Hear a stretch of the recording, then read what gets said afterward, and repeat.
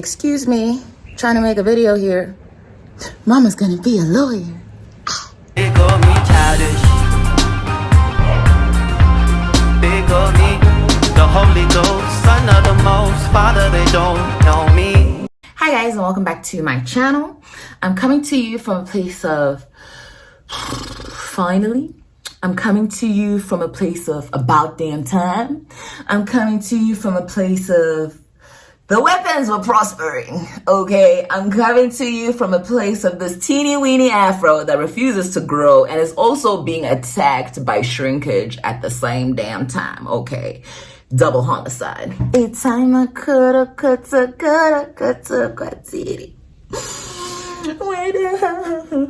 So, story time. I've been meaning to do the story for a while, but I couldn't because I didn't want to jinx it. And also, you know, the weapons were prospering. Okay, so the year was 2018. That's when I came to Zim. And the reason I came to Zim was because I hadn't been able to get a job in the UK. So if you guys have been on my channel for a while, you know that that's where I did my LLB and my LLM and my LPC. I will never not brag on that, okay? That is my biggest flex. So I did my studies in the UK, but I wasn't able to get a training contract in time before my visa expired. So then I went to SA because my mom lives in SA. And I told my mom, I said, no, in order for me to prosper and to be able to move easier, I need to be registered as a legal practitioner somewhere. So the best place to me, in my mind, was in Zim because I wouldn't be worried about like, do I have a visa, this, that, and the other. Boom. The way that the process works in Zim, if you have done your degree or your LLB anywhere outside of Zim, or anywhere outside of the designated list of universities in Zim that they have, then you have to write what's called conversion exams.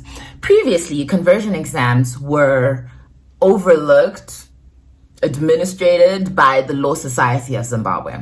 However, in more recent times, there's a body called the CLE, the Council for Legal Education, and they're responsible for conversion exam context. Ideally, I was going to write it in one sitting. I'm like maximum 2 and I'll be done. Straightforward, right?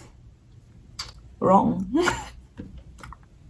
Who did you think you were? So I put in my application to be able to write conversions in 2018. Okay, I want you to keep the dates in mind so that you can understand the about damn time of where I'm coming from. So I put in the application in 2018. At that point, the CLE was telling me that there's just been this new SI that's been passed, which says that if you've studied in the UK, then you can't automatically be allowed to write conversions. Not even automatically be put in as a legal practitioner in Zim. No, you can't automatically be allowed to write conversions. Stay with me. So after you put in your application and then there's all these back and forth forms with your uni, the board, the CLE board, has to sit and review all the applications of people who came from the UK and then say whether or not they can write conversions. When it comes to the examinations themselves, there's only 2 sittings a year. I believe they're in June and November. I might be getting it wrong because I wrote during COVID. So the timelines there were, what is a timeline? Okay. Anyways, I'm moving ahead. I'm getting ahead of myself. I put in the application 2018 when I came here, which was about July 2018. I put in the application. August, September, October, November, I'm checking up to be like, has the board sat? Then they say, no, they're only going to sit next year, January. And I'm like, cool. January, come through.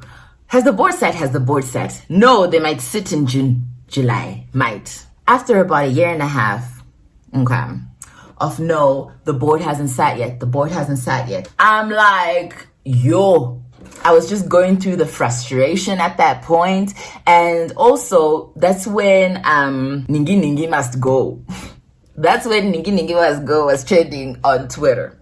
And so I was just frustrated, and I happened to tweet about my journey thus far to say, yo, I have all these qualifications, but I can't even work in my own country as a lawyer because these people have been telling me that the board has to sit for the past 1.5 years. And my life has literally been on hold, because the way that it works, if you're not yet registered as a legal practitioner, you can't officially work. Like, you can work, say, as an intern, and you get a special letter from the law society allowing you to work for a specific law firm, but you're not registered, you're not qualified. So your career progression is already halted. I don't know if you guys are understanding what I'm saying. I hope it's making a sense. I was basically just frustrated, right? And then I put out this tweet, and lo and behold, it went viral. Well, I don't know if viral is the word. As viral as any of my tweets have gone, okay? I don't know if it was connected to that or if it was just coinky-dink. But straight after that tweet went viral, someone from the CLE slid into my DMs and said, okay, you can write conversions. Mind you, this was in 2020, and we were in the midst of COVID. Everyone was in quarantine. Because we're in COVID, no one knew when the exams were actually going to be. It was supposed to be in June, and I got accepted, I think, end of July, beginning of August, and literally had no idea when the exam is going to be. Like, they could have called the next week and said, okay, the sitting is now, and I would have had a week to prepare for 8 exams. I'm busy now trying to gather my thoughts and prepare for these exams, okay? And then it becomes clear that there's literally nowhere that you can get the right resources to be able to study. So the way that everyone does it is, these Google Drives from like 1990 of people who have written conversions beforehand, and then their notes, and then, past exam papers, and then you just hope you know someone who can add you to a Google Drive. Miscombobulation. Okay?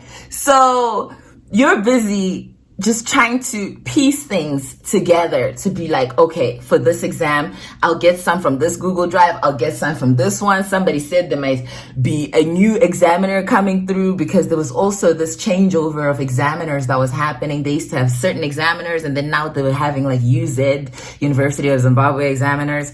It's a whole thing. Chaotic. Hectic. It seems miscombobulated, but it's because that's how the experience really is. So backstory. If you have studied in the UK, you have to write 8 exams. If you studied in SA or in one of the Zim university, or I think universities in the SADC region, then you only have to write 6 exams. So the differentiating exams, the exams that you have to write are criminal and civil procedure, evidence, statutes, accounts, and ethics. Those are the 6 that everyone has to write. And then the other 2 that are only for people who have studied in places like the UK are Common Law 1 and Common Law 2. So I'm like, oh, okay, I have to write these 2 extra exams, whatever. I go to the CLE and I'm like, can I have some resources on the common law aspect of it? Because not a lot of people in the Google Drives have had to write common law, so there's not a lot of information for common law in them.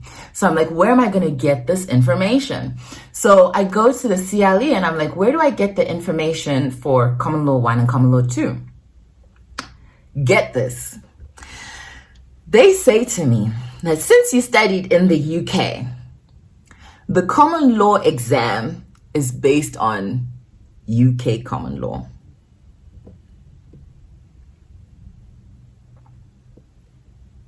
I want you to sit with that. Okay. She specifically said, didn't you do common law in your LLB? That's where the material comes from. So you're saying I'm going to copy and paste my common law, but this is the thing that I have to do extra. Make it make sense. I don't know if I'm explaining the absurdity well enough to you guys. Nevertheless, I managed to get all my notes together, and then finally I was able to write. Mind you, I had been studying blind, not knowing what date the exam is going to be. Then they tell us, okay, the exam is going to be in October, end of September, ending in October. I wrote all 8 at the same damn time and failed 4. And this is a very common occurrence because sometimes it takes people a lot more than 2 tries to be able to write their exams. And like everyone accepts that there's a possibility of failure, right? However, the way that this organization has been operating recently has made there be some conspiracy theories. Okay, stay with me. I'm not allegedly.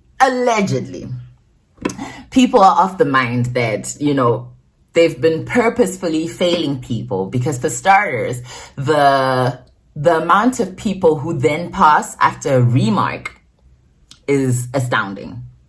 You have to pay for the remark, but it's better than paying for the exams again, because I forgot to mention you have to pay for the exams. When I was writing, it was $50 per exam. So I had to write 8. And so that was 400 United States dollars to write my exams.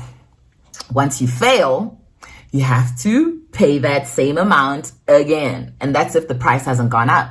So all in all, in order to write the exams, I paid $600. Like, there were people there who were writing ethics for the 5th time, bro. And that's a exam where the book is right there. You can open the book. I also had to write ethics twice, and I still don't know where it went wrong. But I don't know. Maybe it was just an off exam and I was not at my best. I don't know, but I don't think so. In any case, so I failed 4, and I'm not gonna lie, that failure stayed with me a little bit because it was the first time that I ever failed an exam in my entire academic life. And part of me felt like, how do people who used to fail in grade 2 get down and get back up again? Like, because me, I've been a prize giving champ from the beginning. So it was actually a bit traumatizing if I'm being honest. I know it sounds like, come here, sure, brilliant. But no. It was difficult to go through that failure and then start studying again. Yes. Anyways, so after that, did the second round of exams, managed to pass all 4. The first round, I had done it end of September, beginning of October. The second round happened in December. So I basically had 2 months between the one set of exams and the other set of exams. The battle is over, okay? You've done the exams. It's okay now, Tash, right? Wrong. At that point, you're supposed to get your certificate and the letter from the CLE, which say that you have completed the exams to their satisfaction and you can now go and be registered. I got my letter. This is end of 2020, beginning of 2021.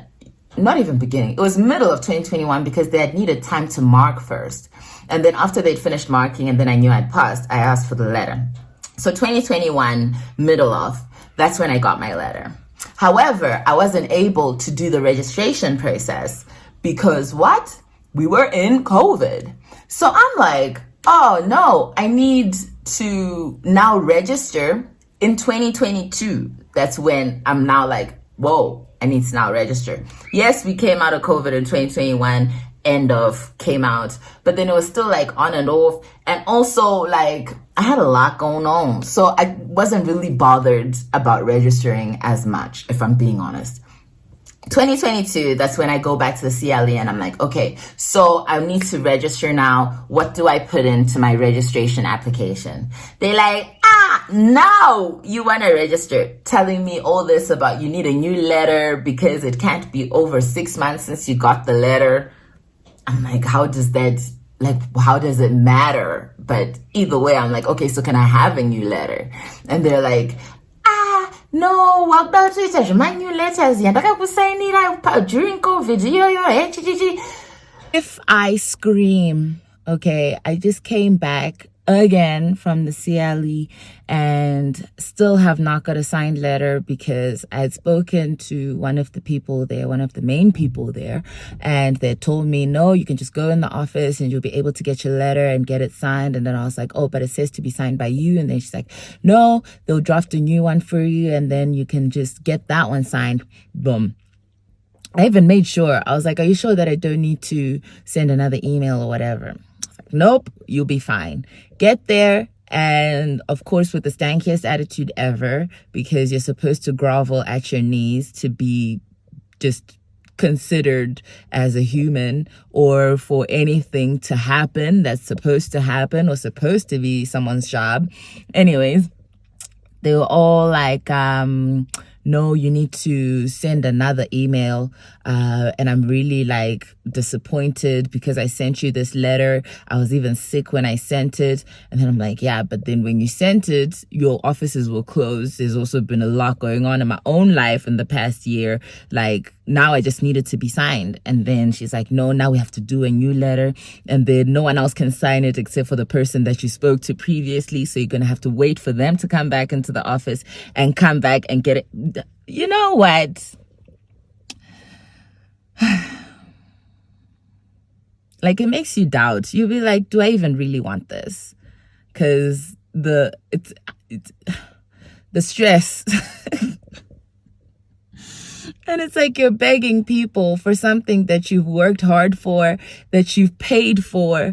And it's like, please, sir, may you sign my letter? Like, I can't. I'm at my wit's end, but I'm just doing it so that it's over and so that I can say I've done it. But honestly, and like at the place, they have this unique ability to just make you feel like shit. Like, make you feel like you're literal vermin on the wall. Be like, hey, Johnny, I'm like, oh my gosh. Like, it's so... If I scream, please, ma'am, can I write my exams? Please, sir, can you sign my letter? These will literally be acting like they're doing you a favor. It's not like you paid for it or you've studied for this or anything. It's literally as if you're begging to be given the things that you're supposed to legally be given. There's also this disjointment, because remember I told you about the relationship between the CLE and the Law Society.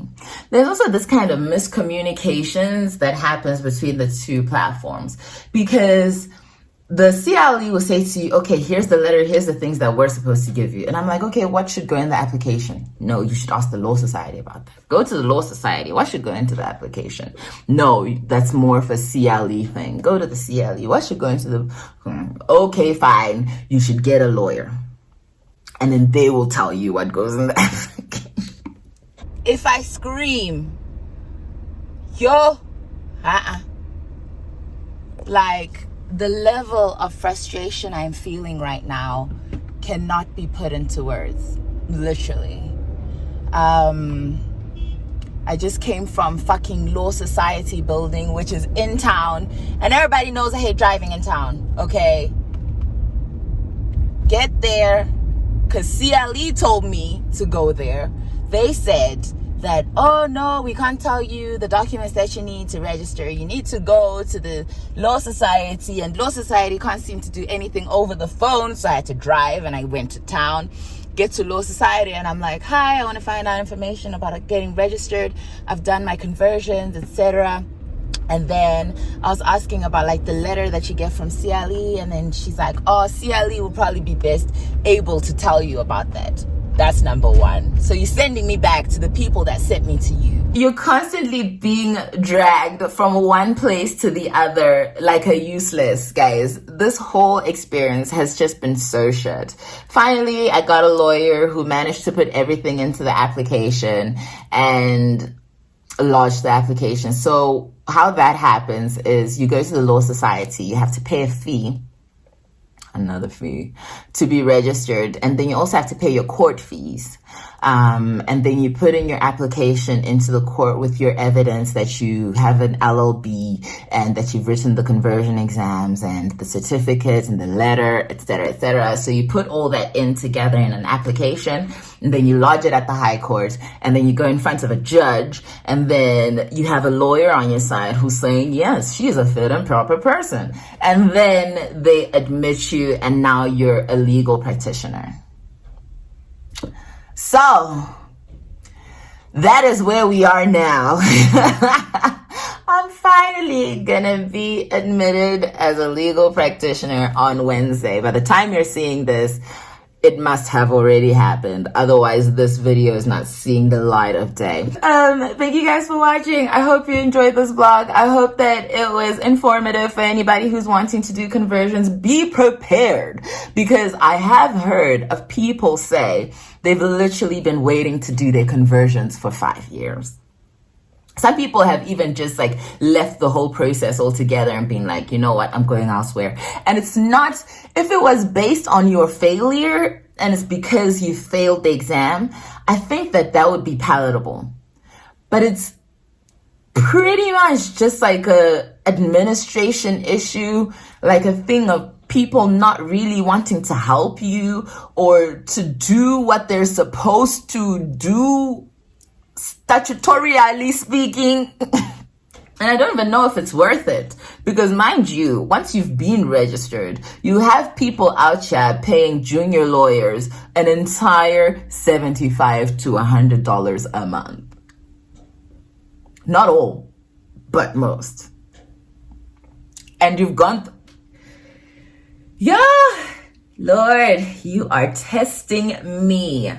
After going through all that, can you imagine? So you wonder to yourself, is it even worth it? Like, I'm paying, $400 to $600 for just the exams, and it's gonna take me like a year to recoup that. Because you also have to have transport, guy. You also have to eat, guy. Like, junior lawyers are being, for lack of a better phrase, abused in some of these places out there. And it's so funny, because for such a noble profession, you would think that minimum wage is something that should be you know what, let me not go there. Today is D-Day. So I just finished getting ready, and now I'm waiting for Jay to come back from the office so we can go to the High Court and make me a lawyer. Ooh, here's my outfit. Kept it really simple. I'm even worried about this shirt because you see it's got these little black things, and I think it's supposed to be plain white, but I don't have a plain white shirt. The robe I'm wearing is actually Jay's robe, a little symbolism. Then I'm wearing my husband's robe. I'm hoping I didn't put on too much makeup because court is actually really strict. They're like, keep it simple, don't be too cute. Excuse me, trying to make a video here. Mama's gonna be a lawyer. It's a lawyer. Just sweat my face off. Oh no, that's not proper. Am I looking cute, Dad? Absolutely. Esteemed counsel. Yeah, because I was like, nah.